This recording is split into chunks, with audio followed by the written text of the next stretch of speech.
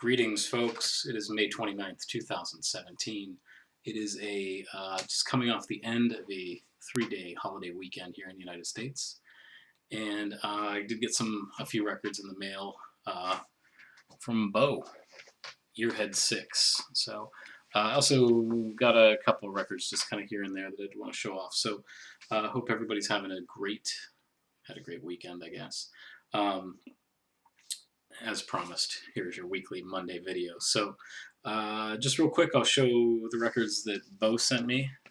Sent me 4 records, all very good. And so we'll start with, I guess we'll build it up. So the first one he sent me was the Village Stompers, new beat on Broadway. So the Village Stompers, of course, sort of this instrumental group.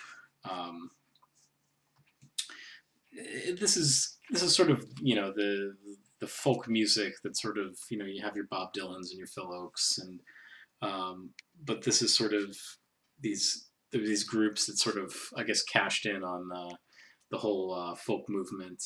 But I mean, put out a lot of albums. This is on Epic, Yellow Epic label. This is a pretty decent listen. So of course there's it's just kind of your normal 60s kind of folk early on stuff. So there's some fun stuff, like Everything's Coming Up Roses, Hello Dolly, Mac the Knife, Fiddler on the Roof. So very cool. Next, this one was pretty fun. So I know Bo listened to it and said, there was 2 listens and he just couldn't do it. But this band is called Whitestone. They're like a contemporary Christian group. The label just says Whitestone. So I think he described it very well. Sort of said it sounded like Chicago. I guess the only redeeming quality to this album, I'll say maybe.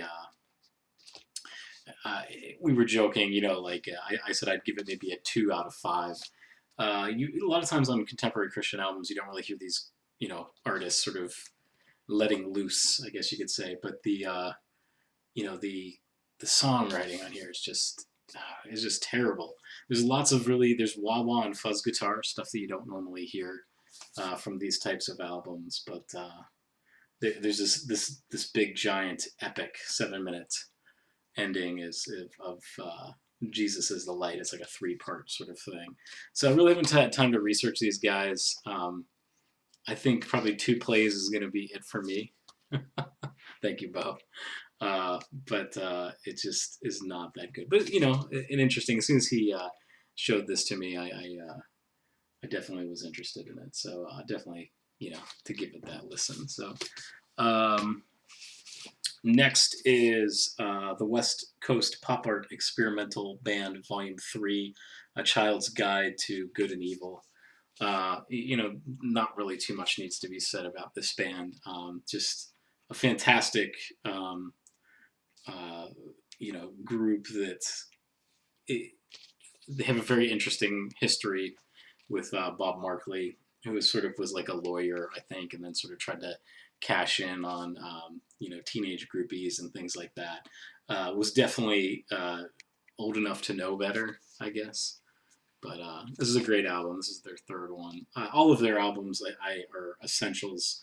They capture sort of the 60s psychedelic from like an LA side of things. So they weren't like from San Francisco or anything like this. So the kind of the polished sort of studio production with all sort of like the the weird tracks and things like that. Like they were trying to be a little hip. I think Bob Markley, I want to say that he was maybe like in his 30s or something like that, in the mid 60s, which you don't trust anyone over 30. But thank you for that, Bo. That one is a great one. And this one, this is really cool. I have this one, but I didn't really have this one. This is one of the second press for the Zombies, the Odyssey and Oracle, which it's just such a fantastic album.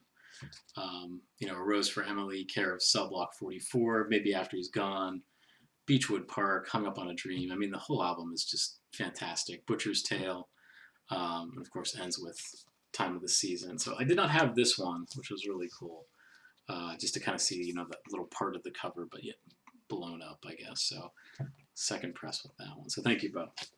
And then just two kind of, these were just sort of odds and ends that I had found. Now, I have this one. I believe I still have it. I don't know. It's with one of those. Definitely when I first started getting into sort of, I guess, record collecting, as it were. You could find Johnny Cash albums were pretty much in thrift stores. He had tons of albums. I would always run across, Folsom Prison and San Quentin, and all of the albums that he sort of did, like in that, maybe like that early, all the Columbia albums. Happiness Is You, the stuff that was, when he was just sort of churning out albums, sort of, after he had sort of kind of gotten himself clean and things. So this comes from that time frame. This is, Johnny Cash, The Holy Land, with the lenticular cover. So fun stuff. And it's actually a decent album, if I remember correctly. There's sort of, he kind of goes to, the Holy Land, and so he sort of tells like this narrative, and there's sort of these, recordings from, I think there was some that he just was like recording, kind of field recording kind of thing. So this one's a fun one. If you get a chance to pick this up, definitely seek it out. I want to say it's from either 69 or 70. I can't remember offhand, but very cool stuff. And then the last one was the Somerset label is generally known for sort of doing these. You probably have seen this label before. They're not usually like the best quality, but they sort of were. They would release these albums that would be like Patsy Cline, and then as sung by, and then like really tiny text.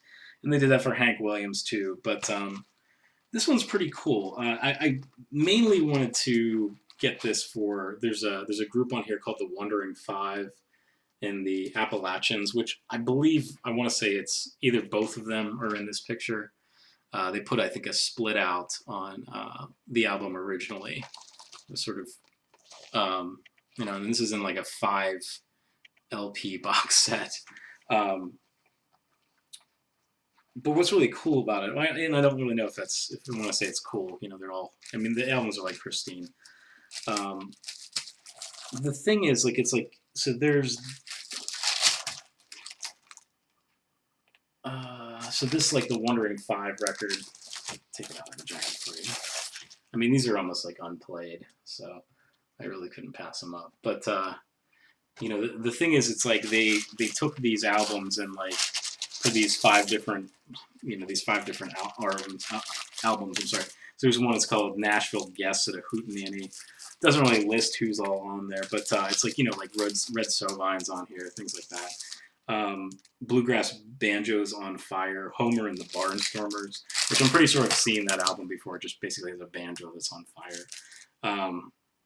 But it's all like, and this is some sort of like a Spanish, like a Mexican sort of one side of this, the Mariachis del Mexico come to our hootenanny, and then songs in Spanish. So like, they basically took the album that they had produced. There's like no change to it, as far as like the catalog numbers or anything like that. There's not a special thing because it's in the box set. So it's just one of those moments where they basically took all this extra stock that they had and then throw it in a box set, and then probably like sell it at like a reduced price. But I was excited to get the one album from there. Like I said, the Wandering Five, that was a cool one, and then also the Appalachians, which had, there's, Greenback Dollars on there, Midnight Special, Rovin' Gambler, Black Eyed Susie, stuff like that. So there's some really cool, there's some really cool tracks on here. So, it's kind of like one of those weird sort of oddities that exist out there. So, but that's it for today. So thank you, and we'll see you on down the trail. So take care. Have a great week.